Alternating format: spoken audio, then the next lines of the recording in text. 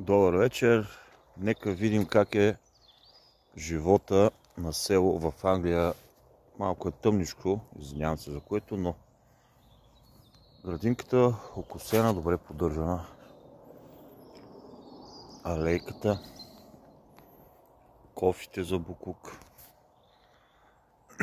къщичките еднотипни, спретнати,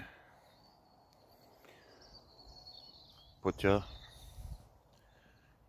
Виждаме в какво състояние, ако щеш дори бордюрите, виждаме също в какво състояние са. Ето, виждаме за какво става въпрос. Кажете ми, виждали ли сте някое населено място в България да изглежда по този начин? Вярно, в по-големите градове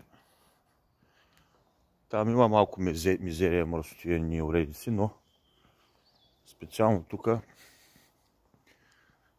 сега не знам как се казва този град, честно, така че не мога да го кажа как се казва. Близо е до Бристол. Но ето, и вечерта мога да се разхождам по улицата, ето по улицата, тишинка, спокойствие. Харесва красиво.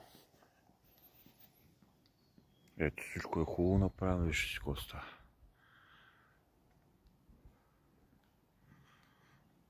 Просто чудесно. Все едно си в друг свят.